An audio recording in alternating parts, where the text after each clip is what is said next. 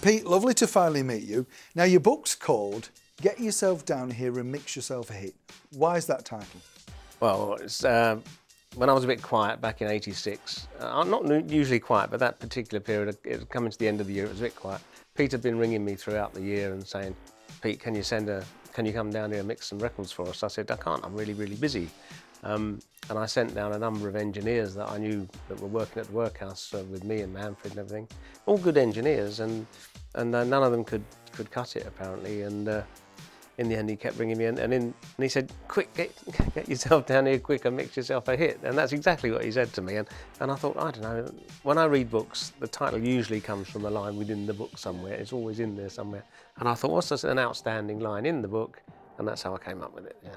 You have a very successful period, as you say, at Stock Aitken Waterman, but talk me through how it operated there, like who did what, because obviously my similar association was with Mike and Matt, and the bits that I remember were that I thought they were very clever, the way that particularly Mike could just walk downstairs and seemingly walk back upstairs with a hit within a couple of hours. Oh, so it appeared to me, you know. Well, you must realise that I wasn't there during the daytimes. Yeah. And I don't really know what went on, but from what I gather, from what I've seen of it, when I was there in the daytimes, they would lock the studio door, and all three of them would go in there, Stock Aitken, they'd lock the studio door and they'd go in and they'd discuss what they're going to do, and then Waterman would come out and do whatever he was going to do, and Mike and Matt would sit there and compose the track. Usually there was a plot. They'd had a record brought in by somebody in the clubs and said, this groove is really working out there, or this kind of feel.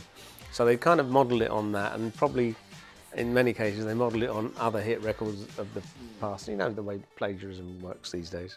Well, I think everybody has a sound at that time. They do, yeah. I think if you look at anything like now, it seems to be a mixture of like Britpop with a bit of electronics. So it's going back to 80s again, you know. Yeah, well then they used to give me the final, what they'd finished, and well, often it wasn't finished. There was no middle section, the intro wasn't properly done. And they give it to me. When you say that, though, I'm fascinated by that. When you say the intro's not... So what did you actually get? Well, all I used to get was a blank chorus. Then my task was then to sit down and make an extended version and do all sorts of tricks and effects and all sorts of things, and sample the vocals and do little things with them and everything else, lots of percussion-y things and editing tricks and all sorts of things. Then I'd end up with a sort of 7-minute version, and they come in, oh, that bit's good, and they snip it up, and that became the version that went out. But this is all like, when you think about it now, we talk about computers and technology, but this was quite groundbreaking stuff. It was, yeah. Because now everybody's got access to that. Exactly, but in your period, well, we didn't. The worst thing was that by the time I got to mix especially for you, a load of people had mixed it and it didn't sound right. And Waterman kept saying it doesn't sound right, and Tilly said it doesn't sound right. And I don't know why they didn't give it to me in the first place, but they didn't. And they gave it to me, and immediately I thought the beginning's really boring. It just went blap, boom, especially if you... So I thought, what can I make it nice at the beginning? So I took the bridge vocals, the ooh, and stuck them as a pre-intro and put some sparkly stuff on them and all that. And next thing, it all gelled, and that was one of their biggest sellers, you know.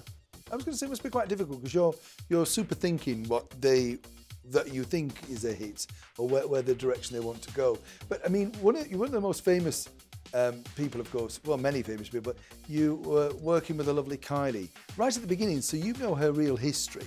What was that like then when you were, you know, what was she like? Was she always a star in your opinion? She came in on and off. She was always very quiet, didn't really have much to say at all.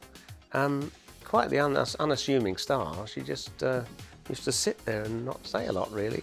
And then when I was working with Jason, she used to come and sit with Jason because they were an item, you know. But they didn't really say what Jason did, but Kylie was always quite quiet.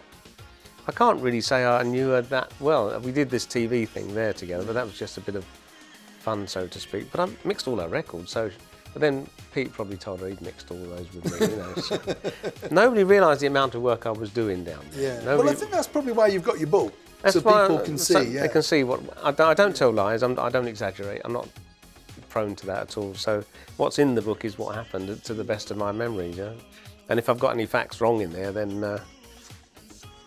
that's the case. Somebody's going to probably pick me up on something. I think a book, when you're looking at something so historical, though, is everybody's individual memories, isn't it? It's what we all remember. Of course, certain yeah, bits yeah, about. And you look back and think, wow, you know, what was that like? When you touched on there very gently about Kylie and Jason, that was a big thing, wasn't it? That we didn't know. Oh, we weren't allowed to say anything about that. But they were obviously very. I mean, I remember. Yeah, we were sworn to secrecy there with all that. I mean, she used to come and sit on Jason's lap because I was writing with Jason. I wrote a song with Jason. In fact, the song was actually Jason's song to Kylie when she left him, and no one's ever heard this song. It's called A Letter from the Heart, and Pete Waterman had said to me, can you go and write something with Jason, because they want to have some publishing contribution. So we did this. I did this typical Pwl track, which is what the plot was, and left Jason to write the top line, but it was just about when she'd just gone, and he was really upset about it. Yeah, he was, and he wrote this outpouring of this lyric on this song, but we never got it finished. Waterman said, no, it's no good. That was that. I love the way Pete just like put a line. Oh yeah, it's just no, forget it. No. I love your story as well about one of the big hits for Kylie was Got to Be Certain, and you originally worked with the lovely Mandy Smith, who was slightly vocally challenged, I think we could be kind in saying. But the plot is the same plot really when you listen to the two songs.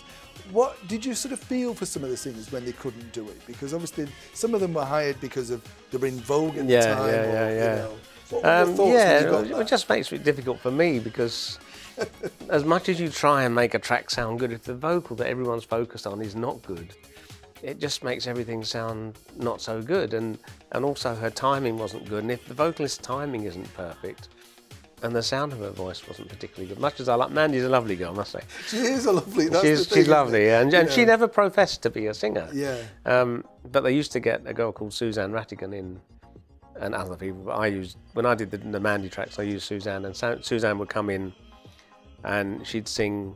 We'd produce her, if you like, singing. Well, I'd produce her, and me and my mate Roddy Matthews used to do some of them, and we'd just get her to sing the top line as good as she could, and then we get Mandy and feed Suzanne's voice to her through the cans, and she kind of sing along, gave her confidence. Yeah, and when I first worked with Mandy, they didn't tell me this, you see, so I just got Mandy in to sing it, and I usually work with a voice in my head. Oh, do you, dear? Yeah. Oh, I said, right, so I said, go home, we'll get the vocals done, and then you can come back and... But lovely girl, Mandy, really nice girl. Listen, the book's a good read. I can't wait to start on the CD.